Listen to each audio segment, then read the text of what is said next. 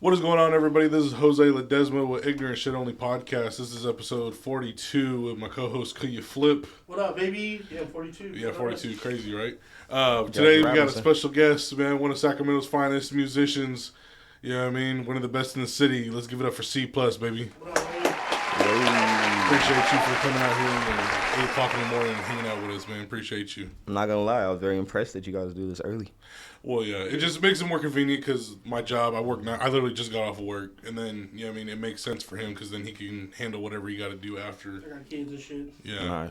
And then shout out to Leah. Appreciate you, homie, for coming out here doing the camera work for us. Appreciate that. I know it was last minute. Julian's a hoe. Let's get into the pod, shall we? Man. So, growing up here in Sac, right, like, okay, well, actually, no. The first thing I really want to get into is what I was asking you before we went on. Like, you ran with the Jacka back in the day. Mm-hmm. Can you kind of tell me how that came about and, like, what was it like when you were running with him and his crew back in the day? Maniness, but also a lot of chill times, too.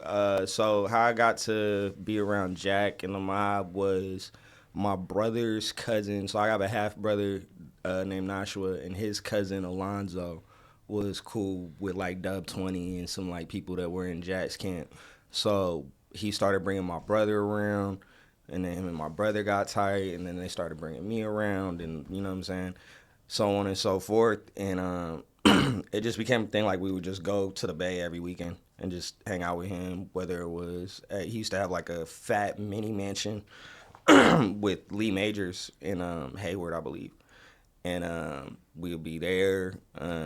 He would always have like shows. He was doing like a lot of shows around that time. This is like around the time like Tear Gas, like All Over Me. He had a popping single on the radio and stuff. So really, he was kind of like my mentor. I picked up a lot of jewels from him. A lot of my work ethic, I think, was instilled in that time because he was just always in the studio and would knock out like 5-6 songs in one session. You know what I'm saying? Like, so that kind of just prepared me for where I was going to go with my music. Yeah, a lot of good times. When you were in the studio, are you like more of a... Obviously, you know, but technology is like readily available. A lot of people are making music and they're using their notes. Are you using notes or are you still writing pen and pad type of ordeal? I don't really write anymore. I don't necessarily do like the punch in, punch out thing or whatever. It's just like I've been writing for so long, like that I pretty much just like write in my head. Okay. And it's like, and people say like, oh, I write in my head. I don't write whoop-de-whoop. But it's like, I don't really credit it to being like I'm freestyling or anything like that. Mm-hmm. It's literally like I've written so many raps that I don't need to write it down. I can almost see the words like in my head type vibe. So. So, you've talked about how like growing up in your household that there was always different genres of music playing. Like there was country, there was rock, there was hip hop. Obviously, all these different type of sounds under one household. Do you think that like growing up in a household that has such a blend of different sounds and music is a tribute to what kind of artist or ear you have today? Oh yeah, for sure. My grandma was big on like country music, like Randy Travis, Garth Brooks, all that, Brooks and Dunn, all that type of stuff. My mom and my uncles were like really heavy into like jazz and like all the funk stuff from like the 70s and like a lot of 80s R&B, early 90s R&B, like New Jack Swing type stuff. And then of course my older brother was just like super into hip hop. So I had all those, just like a melting pot of influences. But I credit a lot too to me getting hip to a lot of music like via like skate videos. Like 'cause I skateboarded when I was younger. So I think that was like a lot of my early introduction to like a lot of different music as well. Because you watch a skate video and it's like one dude skating to a rock song, next dude skating to a rap song type vibe. So my mom actually named me and all my siblings, all our middle names are after famous jazz musicians. Really? So, yeah, so my middle name is Sanborn, like David Sanborn, the saxophonist. And then my older brother's middle name is Jarreau, like Al Jarreau. So Have you dabbled in those? Obviously, like it's one thing to listen to them, like you know what I mean, he and I joke about, making a country song, you know what I mean? Like, have you ever tried to make a country song or even picked up an instrument and try to see, you know what I mean, what the artistry's like in that range? Nah, I've messed around on the piano a little bit and like played like 2 or 3 keys to like make a beat and just like loop that, but I've never played like actual like songs or like anything like that on the piano. I was in band when I was in middle school and I played tenor sax for like 2 years, but outside of that, nah. I think the furthest I've gone, like just as far as like experimenting sound wise, is like just like singing more. Like I've been doing like a lot more R&B stuff lately. To talk more about like, obviously you said you skateboarded and all that. Can you kind of talk about the term All City? All City came from like middle school to high school. A lot of my close friends were graffiti writers.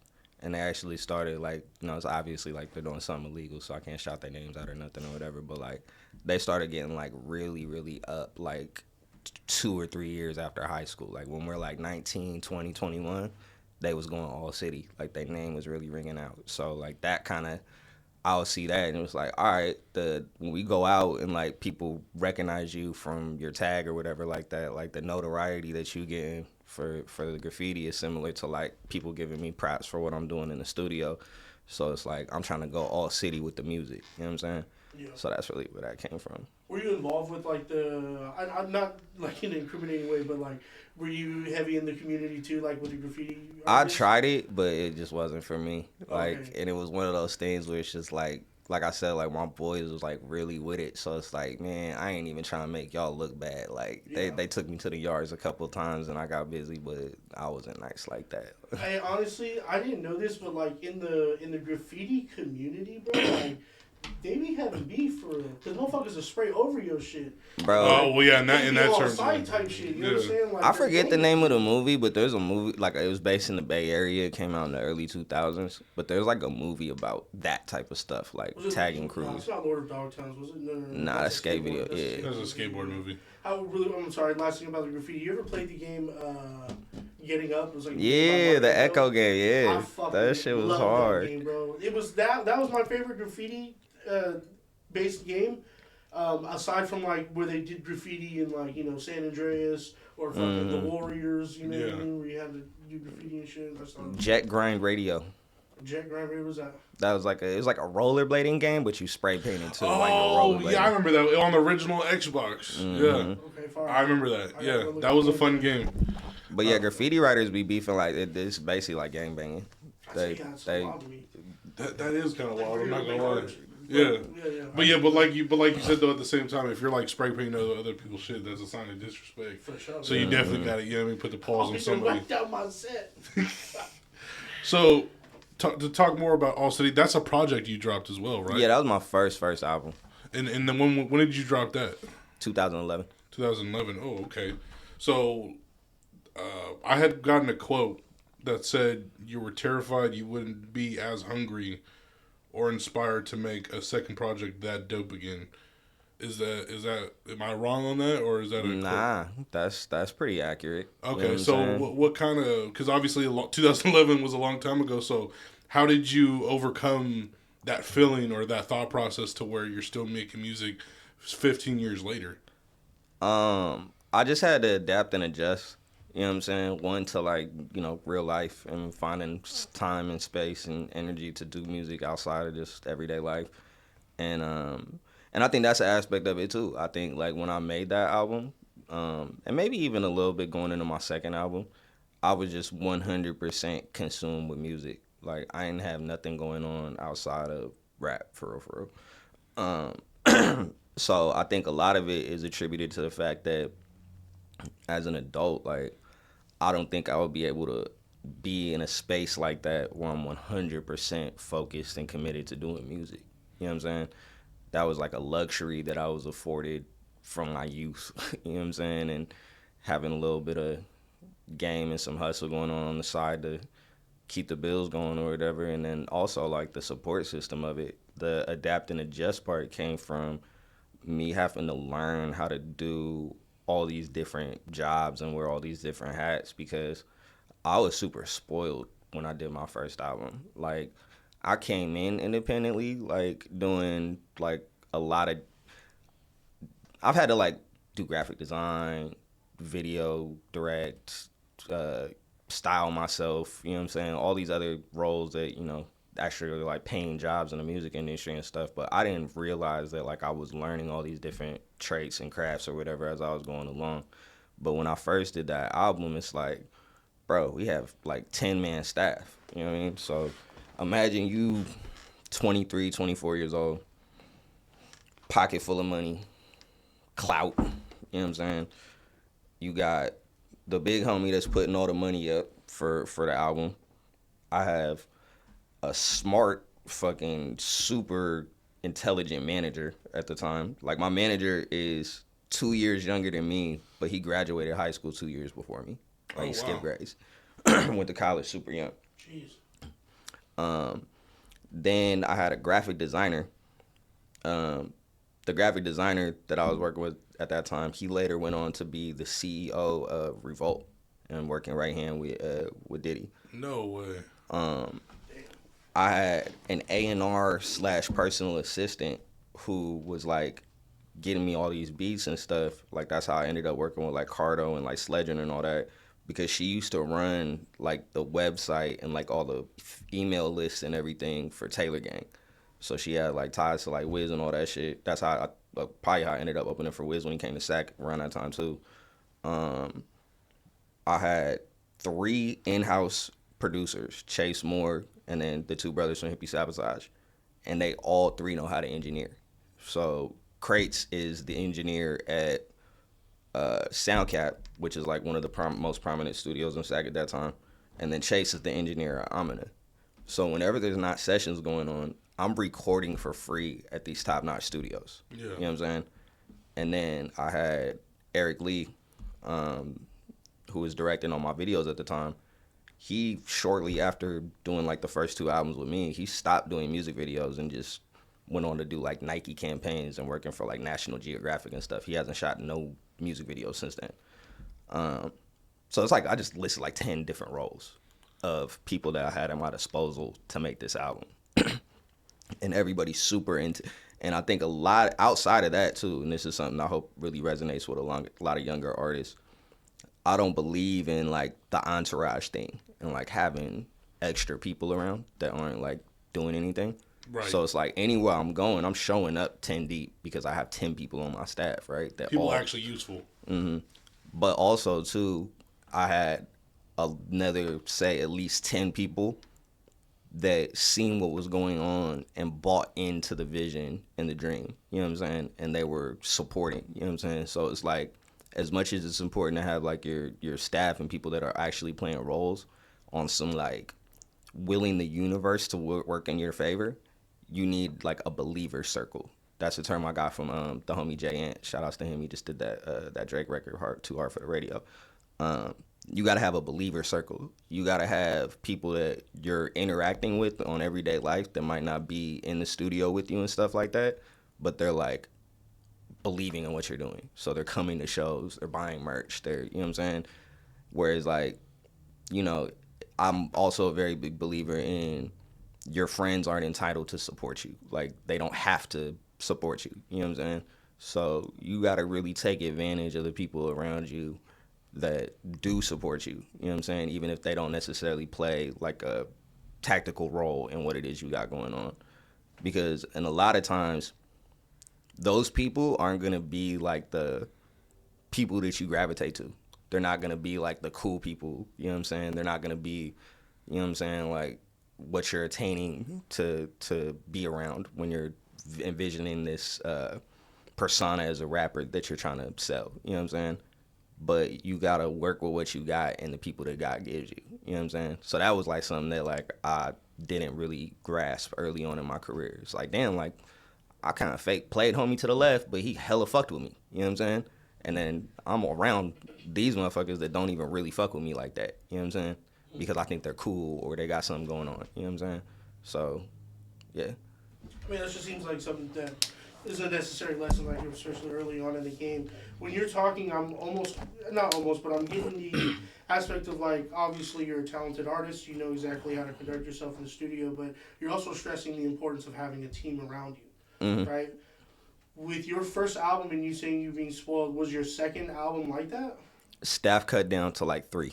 Okay, and then what was that adjustment like for you? Like, you know, you obviously, you know, you didn't have all those people around. What major things did you have to change about your, you know, going into that next album?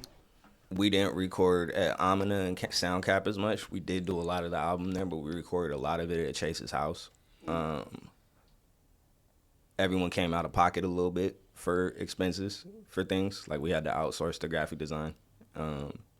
We had to, I think Eric shot 3 videos for that album. But we funded that album ourselves. Like, we didn't have a financier like we did have for the first album. We didn't have the big release party like we have. Like, to this day, like, people like my age like still bring that up. Like, bro, when you had that release party, because what was going on at the time is like Hall of Fame, or like what is here now is what they call HERE. They changed the name of the promotion company or whatever, but the promotional group Hall of Fame, they were just throwing these super cracking house parties at the time. And I told Shock, I'm like, my manager at the time, I'm like, bro, instead of us trying to throw a party and pay $500 to try and like press up flyers and like get an ad on the radio or like an ad in the Sacramento News and Review or whatever and promote this party, is like, I know I can guarantee that if we give these kids $500, they'll bring 500 people. Like, I've seen them do it. You know what I'm saying? I've been to multiple of their parties. So it's like, let's just give them the party and just have them call it the album title or whatever and shit like that. You know what I'm saying? And like, when people get there, then they'll find out, like, oh, it's a release party and there's a rapper or whatever. But it's like, I'm only going to perform for 30 minutes. They could party for the rest of the night and play whatever they want. You know what I'm saying? So it's like, we basically kind of piggybacked off their situation. You know what I'm saying? But we didn't have like a big release party or nothing for the second album. I think we had 6 videos for the first album. We only had like 3 or 4 for the second one. It just wasn't as big of a splash. And it's like, looking back on it now, it's like it's like the shark theory. The shark is only gonna grow as big as the environment that it's in. So if you put it in a fish tank, it's only gonna get as big as a fish tank. If you put it in the ocean, it's gonna grow full size. I just hit a ceiling too fast in Sacramento. So it's like, when we did the second album, I don't want to say it's as good as the first, but it's not. I didn't have a sophomore jinx. Like, the second album's amazing. But I had already did everything in Sac. You know what I'm saying? Okay. So when I'm coming back around trying to like promote the album and shit like that, it's like, all right, we're not seeing nothing that you didn't do 2 years ago when you put an album out. Like, you already did all this. You know what I mean? Show us something new.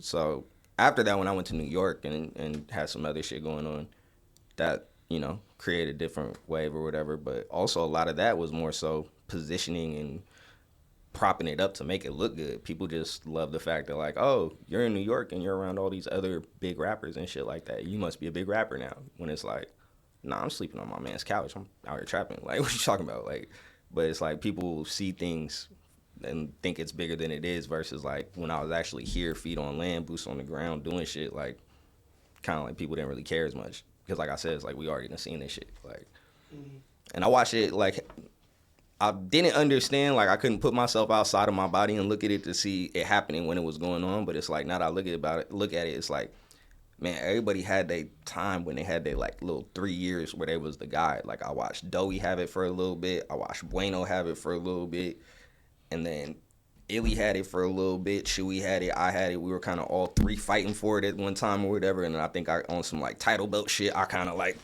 took it to the top or whatever. And but you get them little 2-3 years, and then it's like, I feel like we had a drought for like 6 years, and then Mozzie came. You know what I'm saying? And then Mozzie had it. Like, Fake had it for a little bit in that time or whatever on some straight shit, but then he went to jail, and then Mozzie had it. You know what I'm saying? So it's like, my point being, you only get them little 2-3 years of being the guy out here, and so you gotta leave. You gotta go to LA, you gotta go to Florida, you gotta go to Atlanta, Houston. You gotta go to another city and plant the flag and be the guy from Sac somewhere else. You know what I'm saying? Like, why do you think that is? Do you think it's a Sacramento problem? Do you think it's a music that it just has limitations? Like, why do you think that is? I think it just has limitations. I think there's only so much that you can do out here, and then it's like after that, if you're only doing local stuff, right? What are people gonna call you? A local rapper. Yeah. You know what I'm saying? And that after about like 6 years into my career, still being here, and people referring me like I don't care now, but like younger egotistical me. Imagine you perform at a festival in fucking Poland and you're the headliner and it's dinner sold out, 1,500 people coming just to see you in another country, and then you come back home and motherfuckers calling you a local rapper. Okay, yeah. You feel some type of way. Yeah. You know what I'm saying? You didn't just see the fucking all these Polish motherfuckers. You know what I mean? I had to. Bro. I rapped in front of. You know what I mean? Bro, I'm talking about like we do one. I broke the stage, like literally like they had like one of those like bootsy like riser type stages or whatever. That shit like broke like 5 minutes into my set because we were just jumping up and down so much. Yeah. And then like we do the show afterwards, and I'm signing autographs and taking pictures and all this shit. And motherfuckers is coming up to me with a thick ass accent, barely even speak English, and they rapping words off songs that I didn't perform in my set. Talking about, you should have did this one, bro. And what happened? And that's some super fluke shit, bro. What happened is like, say the equivalent of like who's like a really big band, like rock band right now. Ooh, the Paradox. That band that's like hella big on TikTok. I follow them. You know the black dudes from Atlanta? Mm-hmm. Okay, Paradox, so yeah. Imagine the equivalent of that in another country, like a really big rock band, and they do like a Rolling Stone interview, and somebody asks them who they're listening to right now, and they say C+. That's how I got popping in Poland. Gotcha. Is there was like a big Polish band, and they went on a press tour, and every time somebody asked them about some music, they said my name. So then promoters just like started hitting my manager like, hey, who's C+? Can we get him out here? What do you do? Like, who was the band? Do you remember the band? I don't know. I forget. Shout out them, man, because they put you on basically out in Poland. I know. All I know is that the band, they worked out of a studio called Magic Town. I want to say the band might have been called Magic Town. I'm not 100% sure, but yeah. So after that, and then like I said, I went to New York and I'm basically. This is when you were working with Dame Dash and all that, right? Yeah. Okay. So then it's like, I'm making music and kind of looking like and fitting into the aesthetic of a weed rapper. You know what I'm saying? I have like the sound, like I have the Cardo beats and the sledgehammer beats like Wiz, and I got all the J's and shit. Like, you know what I mean? I'm looking like aesthetically one of those guys. Like I'm supposed to be with the Wizzes and Currencies and Big Sean's and Dom Kennedys and shit like that, and the Cool Kids. And this is during like the blog era and stuff. So then when I go to New York and I'm around all this, you know what I'm saying? People start looking at it like, oh shit, he done pop, he about to get on, you know what I'm saying? And like I said the whole time, it's a whole different scenario going on. Like, yeah, I did these 1 or 2 songs that are on this collaborative album or whatever for Ski Beat, shout out him. And then they courting me, you know what I'm saying? Like having me doing studio sessions and stuff like that, like basically trying to see if they want to sign me to the label. But I'm still out there like doing my 1-2, like, you know what I'm saying? Like trying to make, like, basically be able to survive in New York long enough until the ink dry on the contract type shit. Right. You know what I mean? So it's not like they bought my flight and they put me in a hotel for like the first weekend when we shot the video, but then it was on me if I wanted to stay in New York. Like Ski was like, yeah, stay out here and let's work on the album. And Asia, the lady from the label, she's like, yeah, Dame want to sign you, so you should stay out here. Like, you got to stay in his face. Like, if you go back home, like, he's going to forget about you. You know what I mean? So then I'm like, all right. And how old are you at this point? I'm like 25, 26. Damn, so that puts a lot on you immediately because, like you said, they stop paying for you to live out there. Mm-hmm. So you just got to basically, like, figure life out on the fly while still trying to, you know what I mean, get signed and, you know what I mean, make money. I went out there and shot the videos that weekend or whatever, came back to Sac, fucking put a bunch of orders in, flew right back out there, and fucking stayed at the homie house. Or actually, I take that back. There was already a situation out there at that time where I was sleeping, and that shit was crazy, bro. I'm sleeping in a fucking 3-bedroom apartment with like 6 grown-ass men and everybody's like doing the same thing, and it's like, oh, it's all like one guy that told us to go to this place. You know what I'm saying? But we don't all know each other like that. A couple of the dudes know each other or whatever, and I know a couple of these dudes, but we don't all know each other, if that makes sense. You know what I'm saying? So it's like, that shit was kind of like jail. Like, you know what I'm saying? Like, to be honest, like, and then shower shoes on and shit. Yeah, like, you know what I'm saying? You got to be really particular about not invading somebody else's space. Like, you know what I'm saying? Like, your crate can't be next to their crate type shit. You know what I'm saying? And bless his heart, Dame Dash's nephew, the rapper Dash, Ski was like, yeah, you should hang out with Dash. Y'all both on the album. Y'all both around the same age. Y'all into the same type of shit. Y'all probably get along.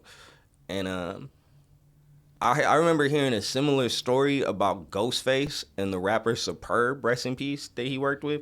To where it was like, yeah, like I fucking met Ghostface and we kicked it for the whole day. And then he was just like, yeah, move in my crib. Like, it's good.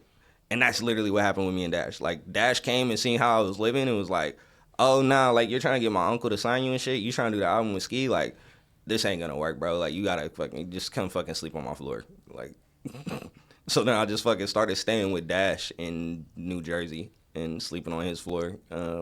Me, him, and Wretch. And then we was just running around New York going crazy for like 2-3 years. And then I remember, actually for like a year and some change, and then we went to South by Southwest. And the last day of South by Southwest, I was literally gonna go back to Cali, do my 1-2, and then fly back to New York or fly back to Jersey. And the last day of South by Southwest, they're like, yeah, fuck that, we're going to LA. We're about to go sleep on fucking Chuck English house and work on an album for like the next couple months. You should just come with us to LA. Like, I know mad people in LA, I'll find you somewhere to stay. I'm like 25, 26 at the time. And like, I just like went through like a bad like breakup with my girl because I fucking ran to New York type shit. And I'm like, yeah, nah, I still ain't got my deal yet. Like, that's your uncle. You know what I'm saying? Like, you're like, not bro, working. you're straight, but I'm not. Yeah, I'm still trying to figure my shit out. So I'm like, nah, I'm gonna go back to Cali. And I come back to Cali, and it was a lot of,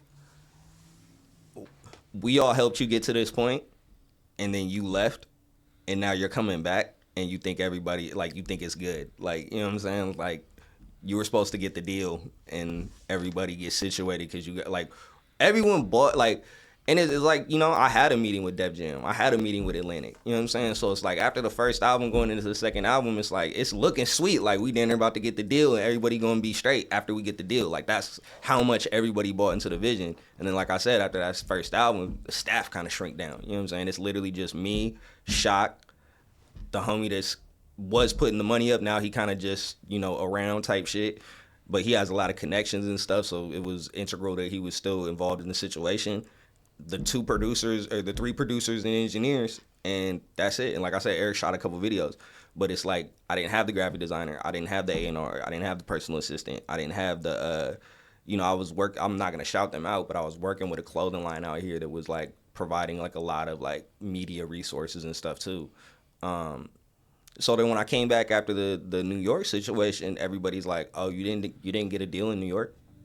Oh, well, what are we about to do now? Like, because we were all kind of like banking on you. You know what I'm saying? Like, and that was like kind of like a, you know, like a gut blow. Like, ah, shit. Like, Yeah. And then it's like, all right, what do I do now? Do I go back to New York? Do I, you know what I'm saying? Do I stay here? You know what I'm saying? And then the homies moved to San Diego. And that's when shit got really tricky. When all the producers and engineers moved to San Diego, and I had to like just figure it out. You know what I'm saying? Like, I didn't have a studio to go to no more. I didn't have my manager moved to Japan. It was just like a little like dark period of like, I know I still want to do music, but how do I do music now? You know what I'm saying? And bless his heart, my brother let me use his studio a lot. That was like integral around that time for sure. And then I eventually got some equipment and learned to record myself. But in this time, like, and I don't know how I did that shit, bro. I don't know how from 2011 till 2018, the year that my grandma passed, that's the only year that I didn't put an album out. But from 2011, from when All City came out, I put an album out every single year. And then 2018, actually crazy. What's so crazy about that is I signed my deal with Empire the day after my grandmother passed. But, you know, it's like they be saying like it takes 10 years to be an overnight success. If you would have told me when I first started rapping that, like, nah, bro, you're going to do this shit for about 10 years, and then you're going to get really, really, really close, and then it's not going to happen, and then you're not going to quit, and then you're going to go another 10 years, and then you're going to get the deal. You know what I'm saying? Be honest, like, I've time traveled and went back and told myself that, probably wouldn't do it. Yeah, probably would have went to trade school or something. Probably would have not dropped out of college. Probably would have just kept trapping. Like, you know what I'm saying? But by the grace of God, you know what I mean? I kept rapping, and now we're here. Shout out to you, man. Congratulations to you. I mean, I know it took a long ass time, but those who wait, you know what I mean, get rewarded. And now it's almost another 10 years since I will have been on Empire for 10 years in 2028. But, and even that, it's like, it's funny because I talk to a lot of people that are signed to Empire on the label side. And that was like something, like, again, like the local rapper thing. That was something that was like a chip on my shoulder for the longest.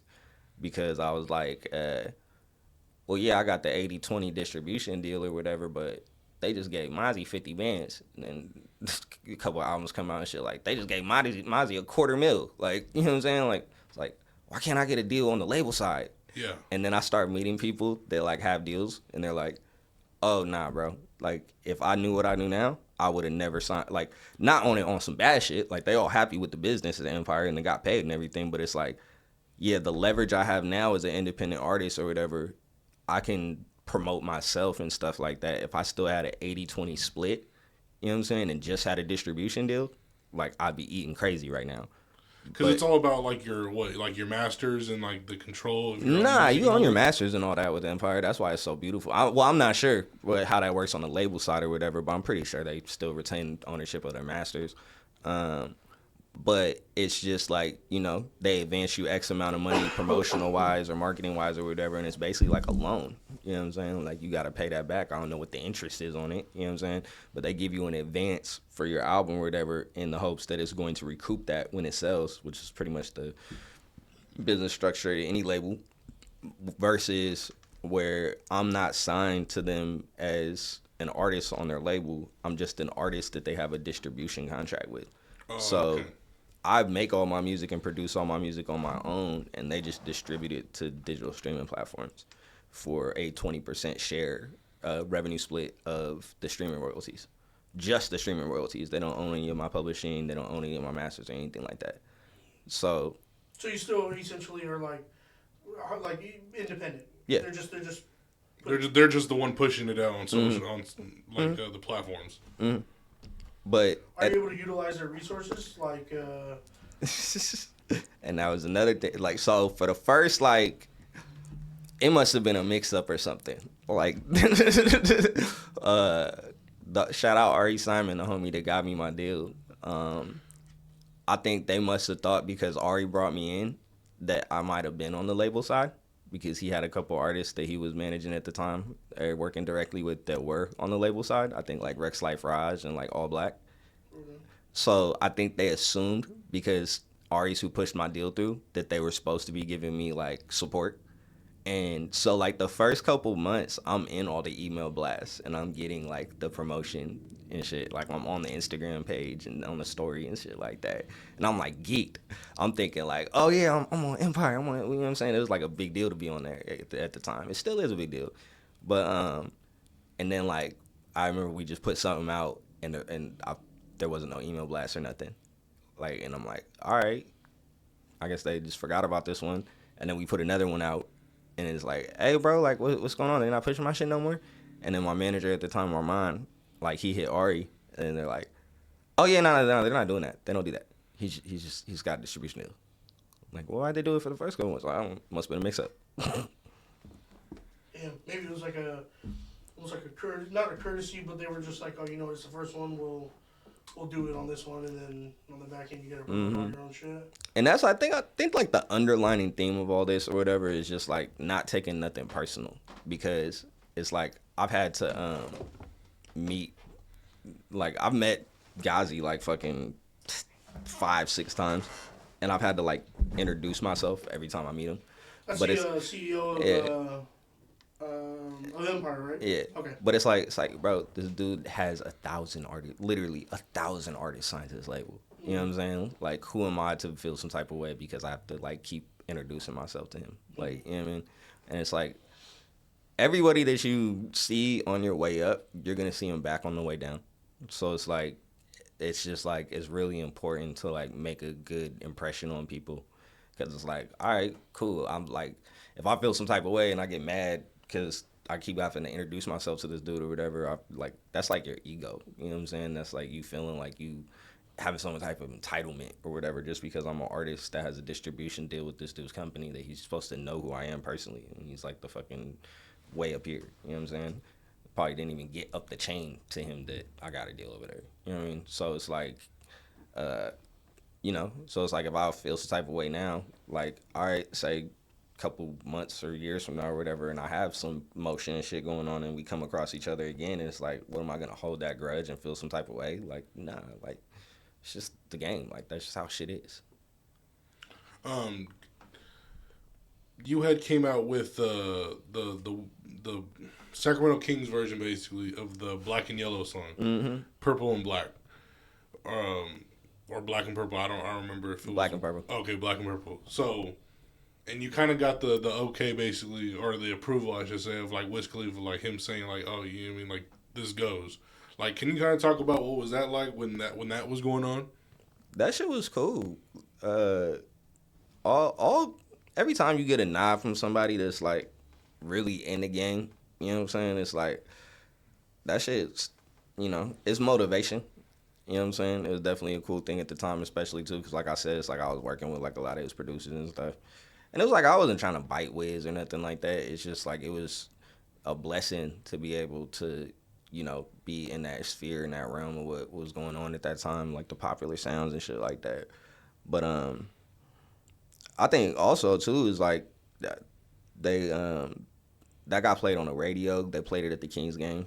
You know what I'm saying? Like that was like a big thing too, like on some hometown hero vibes. But yeah, because this was before like social media the way it is now, at least. Yeah, I think we just had like Twitter at the time, I mean YouTube.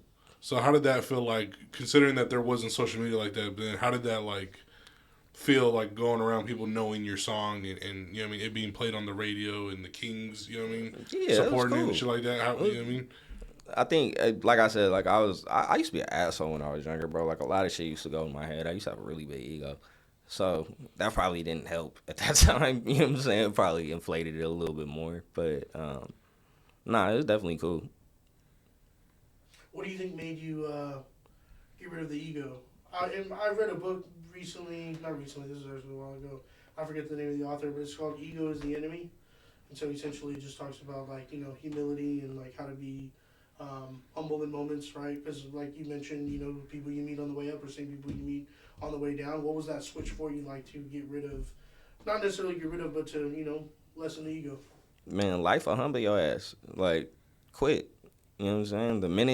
Not even the minute, the second you say that'll never be me, it's you. You know what I'm saying? Like, so it's just like a lot of that, just like a lot of experience and realizing like, doing like the self-work, you know what I'm saying? And realizing like, you know, you sit with your thoughts a lot and you it's like you watch the game tapes back of like things, like, you know what I'm saying? And you watching the highlight reel and you like, damn, all right, that I missed a step on that play. Like that dude got to the basket because I missed my post or whatever.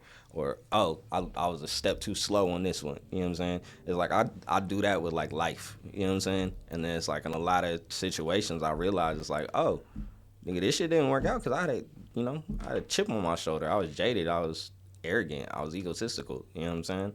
And I've, like, I don't think I've done any bad business as far as, like, not fulfilling my contractual agreements or not keeping my word to anybody or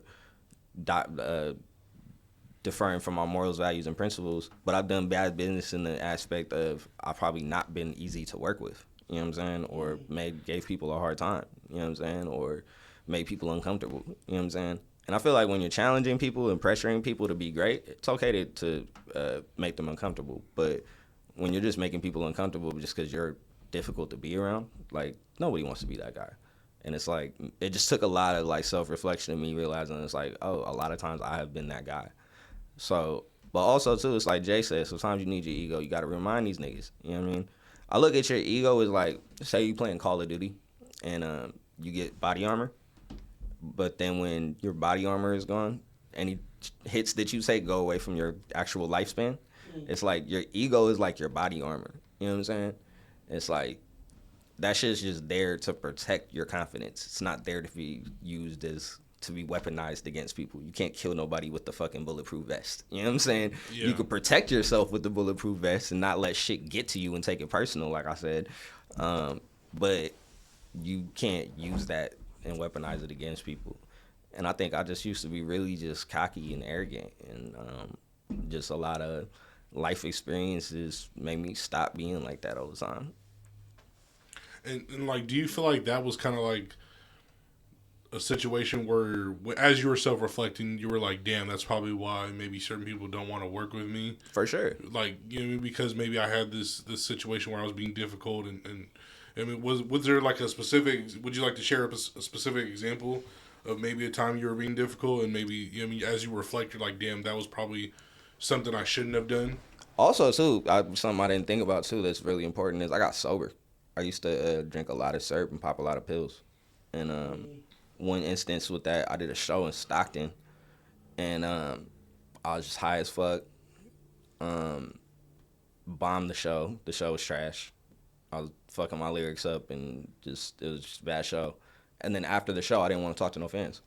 Like, people actually wanted to come up and talk to me, and I was just being mad antisocial. And I don't know if I was in my feelings because I fucked the show up. I don't know if it's because I was high, but like, multiple people came up to me. Like, I had a conversation with my manager the next day when I was sober, and he was just like, yeah, bro, like, if you ever do some shit like that again, like, I'm not fucking with you. Like, that was, like, a complete waste of time. Like, you got paid and shit or whatever, but it was like you had dinner 200 people in a different city from where you from coming to see you and support you, and you just shitted on everybody. Like, what the fuck is wrong with you? You know do you remember the show itself? Like, what was the name of the show or what, like? Bro, I was so fucking high. Like, damn. I don't remember. You know what I'm saying? Like, yeah. Well, congratulations to you on sobriety. Thank you. How long you been sober? Ever since Drink became 200 a line. Nah, I relapsed really bad when Jack passed, because that's really who I started sipping syrup around. And then I had like a bender where I was just drinking syrup. Like, I was buying like a two or four a day for like a month straight. And then I got so really me finding Islam is what helped me get sober, because I took my shahada maybe like 2 days after I stopped sipping drink. But yeah, like since 2018. Congratulations to you, man. That's awesome, man. Thank you. This morning I took men's multivitamin and an Orco, so I feel great. Stupid. That's funny, because I do take a handful of pills in the morning. I take fucking... Luke, I do have a question. You said you had a hard out. What time do you need to be out of here? We can do like 10, 15 more minutes. Okay, cool. So you've called your music oatmeal rap. Can you kind of share what that means? Stick to your ribs, man. It's the good, like, the real stuff. You know what I'm saying? It's non-processed food. Like, it's you know what I mean? It's hearty. It might be a little bland sometimes. I ain't gonna lie, it might be a little bland, but it's what you need. You know what I'm saying? Like, it's good for you. It's nutrition. more like the lyrics, like in terms of your lyrics, in terms of the structure of your songs? Like what exactly would you consider the oatmeal part of your music? The content. The content. Okay. No, I don't be rapping about bullshit. Sorry. You mentioned Dom Kennedy earlier. Yeah. Shout out to him. You were a part of him getting shows out here in Sac? I booked Dom for his first show out here. I think I booked Dom for his first show outside of LA. Oh, really? And when was this? This was like 2008, maybe. Oh, damn. Okay. Yeah. How did that all happen? How did you get connected with Dom? And you know what I mean? And Adrian Luther. So before I started working with Diamond Silverage, the homie that he goes by Dunny, that went on to work with Revolt, I worked with a graphic designer out of LA named Adrian Luther. I think he works at Carrots now. I think he does the Anwar Carrots brand. But he had a Dom Kennedy song on his page, and then I looked through his pictures and this is on MySpace, by the way. And then I looked through his pictures. 2008 sounds about right. Mm-hmm. And he had like he did like a photo shoot for Dom, and I'm like, hey, you know, buddy, who got the song on your page? Like, you know him in real life? He was like, yeah, that's the homie. I was like, bro, could you connect us? Cause I fuck with that. And I literally on some like I got hip to his music, and then I put all my homies onto his music, and then my homies put their homies onto his music. And while this is going on, like the blogs and stuff are going on, so you starting to already get a buzz and stuff like that. And it was just like, hey, we were gonna do a show, but everybody was like, we need to get somebody like bigger, like we need like a bigger name for the show, to like will Danner be the opener type shit, so to draw people out. And they're like, hey, what about that dude from LA? And I was like, I mean, I can hit him up and see. He probably gonna. I'm thinking he gonna want a bunch of money. You know what I'm saying? But I could, it don't hurt to ask. I hit him up. I was like, yo, how much would you charge for a show? And he was like, honestly, I've only done 2 shows. And he's like, if you pay for the rent-a-car and the gas for me to get up there, I'll do the show. Oh, that's perfect. Yeah. And funniest thing, he called me like 2 days before the show and was like, hey, I can't rent the car. I'm like, too young? He wasn't 25. Oh shit. So imagine like me and Dom both like almost 40. I think he might be older than me, but like we almost in our 40s. So think about like being that young to where like he couldn't rent the car, and his uncle ended up renting the car for him. So that's funny how that, because you gotta be 25 and shit. 25. Same thing with like Turo. If you want to rent like cars from, I think most places that. I was gonna say most of them is like all 25 I think based. it's an insurance thing, right, or some shit like that. Unless you rent a U-Haul, no. Take a U-Haul out there. Oh, okay, you gotta be 18. Yeah, you can be 18 and drive one of those. But see, that's the thing too. When we were talking earlier about the adapt and adjust part, like I've been doing like business in the like as an artist for a long time. You know what I'm I was saying? about to say, learning all this is you've definitely been around the music for a minute. So it's like, I think that's another thing too, is like understanding and coming to terms with the fact that Jadakiss had a line where he said, I'm a grown man. It took me a while for me to understand my career is in my own hands. And like really prioritizing the logistical and business side of the music and balancing that with being an artist. And not being upset about that and allowing that more so to like, that's like, might be a little bit of ego, but it's also looking at it more as a flex. You know what I'm saying? That I have to like, last time I went to jail, I told myself when I get out, it's like, I'm never going to say I have to do things anymore. It's I get to do things. You know what I'm saying? So Changing it's the like, mindset. Exactly. So like I get to do the business. You know what I'm saying? Like, and then it's like you look at guys like a Jay-Z or even like a lot of people might not know it, but like a Mike Will. Like Mike Will has one of the craziest business portfolios of anybody in rap. Like, yes, he owns restaurants, hotels, fucking hella shit. Like he was really smart with his money. Or like even now, like with like a Nas, how he just opened the casino and stuff like that. It's like, man, it's a flex that I know the business side of the independent game.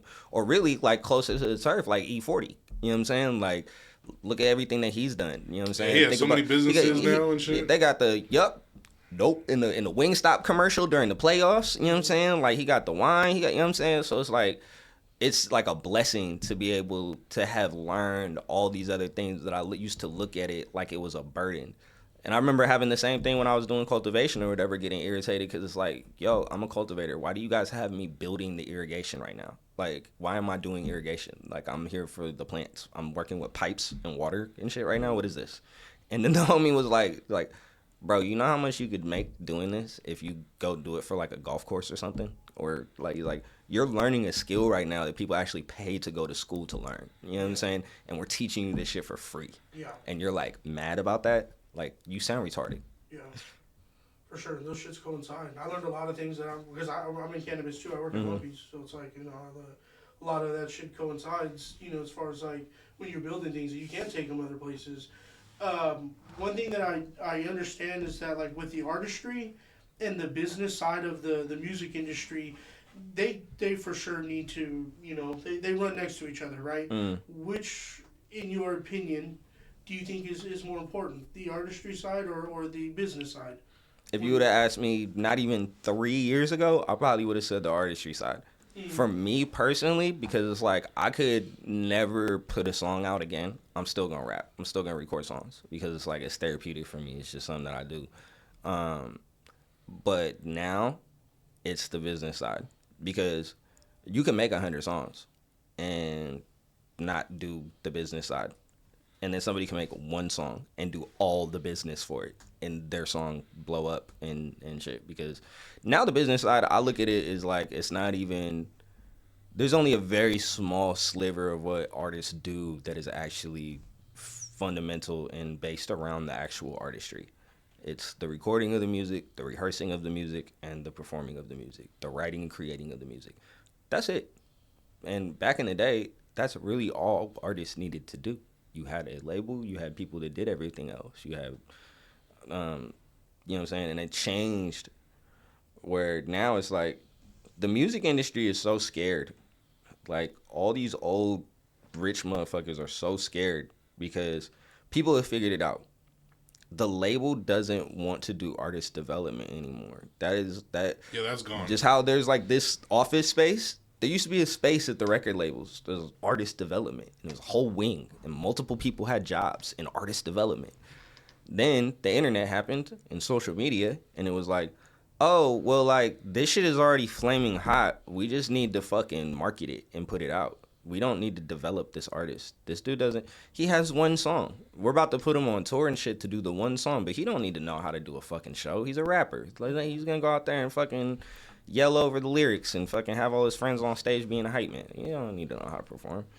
Fucking, oh, he's going to go in the interview and put his foot all the way inside of his mouth. But we don't need to teach them fucking media training. Like, you know what I'm saying? Like, they just trying to make it's a money grab. So now that artists are starting to figure out, like, nah, like, if I got hot on my own, if me and my homies shoot all our own videos and do all our own media content, if I've partnered with this other brand or whatever that's bringing in money on the merchandising side or whatever, like, why would I come to y'all to take a very, very high interest loan that comes with hella stipulations that you're going to try and hide? And this is another thing, too. It's like, this is a jewel from the homie Smoke Dizza that I got, who I met when I was doing the Dame Dash situation.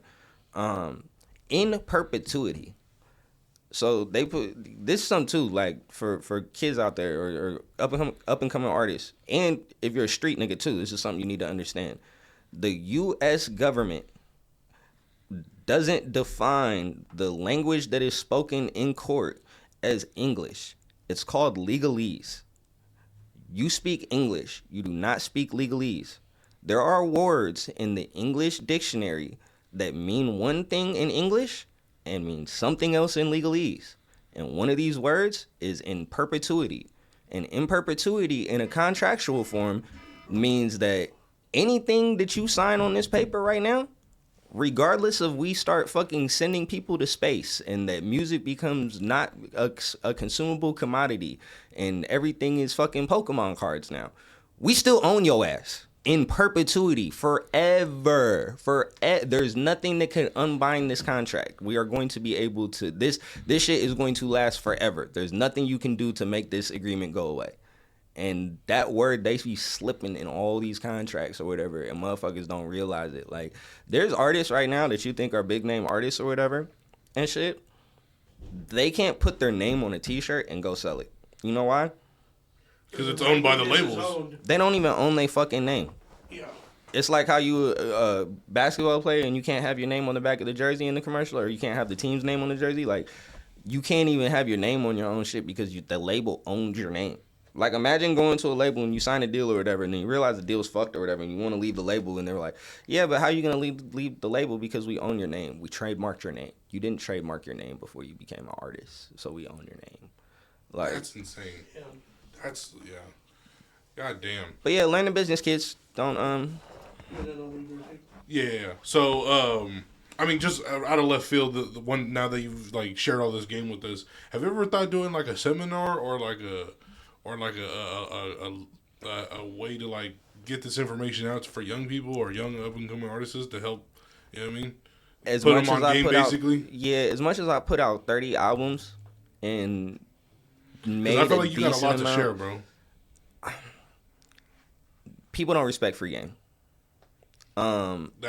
We learned that from Jose. That's a fact. And I don't have enough proof of theory to where I would feel comfortable trying to sell somebody the game. Okay. Like, I'm not successful enough to tell somebody how to be successful off of music. I could give a lot of information on what not to do or things that I would have done differently, but I don't have enough accolades to tell somebody how to be successful in music. I can tell somebody how to survive as an artist for sure. That might be like YouTube series worthy or whatever. But as far as like doing like a TED Talk or someone paying me to come talk about that shit, I would honestly feel like I'm scamming people. Like, no, I respect that. That's you being real. They So gonna I respect be, the shit it's out like of the that. Dr. Cheyenne Bryant shit right now, where they're asking to see her degree. I go do that. I might have. She's done all these therapy sessions and all this shit and giving out hella good advice, right? But when they ask her where that fucking doctorate degree at or whatever, she can't present that shit, right? I would do the same thing, and you know what they're gonna say? Hey, where the plaque at, bro? Like, where's the? Yeah, someone's eventually gonna. Yeah, like he's like, where's the A&R position that you held at this label? Show us the W-2s. Like, you know what I'm saying? Where's the executive production credit on these albums that you did? Like, I don't have the accolades. I don't have the meat. Like, I know the game. You know what I'm saying? Obviously, I've been able to survive off of the game that I know, but like, I don't know it enough to tell somebody else how to do it. I'm still trying to figure this shit out. You know what I'm saying? I'm still my feet just like 20 years in, and I'm not even knee deep in this shit yet. Like, it's deep waters. You know what I'm saying? It's like I wouldn't feel comfortable fucking telling somebody else how to swim. Like, I'm barely keeping afloat. Right. I respect that, brother. So we have a thing called Ignorant Take. It's basically like an unpopular opinion. You know what I mean? You can go in any direction you want with this, music related or not. If you got an unpopular opinion, you just need to get off your chest. This is the segment where we give the guests time to do that. Unpopular opinion. I'll circle back to the point I made earlier. The entourage is dead. Like Kendrick Lamar said, the entourage is dead. Stop having hella niggas around you. They gonna tell on you. You go to jail. They gonna try and fuck your baby mama. Stop hanging with people. Like, if you can't look at all the contacts in your phone, if any of the energy that you giving out to people you can't like reciprocate, only deal with those people on that level. Like, if you can't call on people in a real situation, those aren't your peoples. You know what I'm saying? Like, it's a reason people that like. You really only see me out with one or two motherfuckers, and it's usually my blood brother. Like, I don't hang around niggas. Like, it's just not beneficial. It's not productive to your lifestyle. Unpopular opinion, all that shit that they telling you on the gram that you need to do to be successful in life, it sounds like it's not true because they're pushing it like in a fucking agenda in the algorithm, but it is true. Like, read more, learn financial literacy, go to the fucking gym, be faithful to your woman. Stop putting your dick in everything. Stop hanging with niggas. What the fuck can I do with me? And I don't mean niggas as in black people, just people in general. Stop Yeah, hanging just your circle, around people that aren't adding value to your life. Like, you don't gotta cut them off and not be cool with them. I'm not saying that. I'm just saying stop spending time with them. Invest that time and that energy into yourself, into your family, into your future. Thank you again, brother, for coming on, man. I know you got to go to work. Appreciate you and your time on this Saturday morning. Let's clap it up for him, man. Appreciate you, brother. Man, I appreciate y'all having me, bro. We definitely need to do this again because I feel like you got more to give us. So we definitely got to do this again. Man, we can shoot this shit all day. Thank you, Leah, again for coming on, homie. Appreciate you, pimp. For our next episode, that'll be June 13th. We have Creative Gang. It is a comic book studio, or comic book shop or company here in the local Sacramento area. It's the first of its kind here in Sacramento, California. They have their own comic book called Samurai Janitor or Janitor Samurai. We'll have them on to talk about their comic book and their company as a whole, Creative Gang. That'll be next month. That'll be 43. Thank you guys again for tuning in, man. Hope you guys have a great weekend. Peace. Thank you for watching. This is Ignorant Shxt Only Podcast. I'm Cooey Flip with my man here, Jose Ledesma, a.k.a. Puerto Rican Poppy on the mic. If you like what you see and see what you like, please like and subscribe to the YouTube channel. Follow us on Instagram and follow us on TikTok. It's lit, baby. Peace.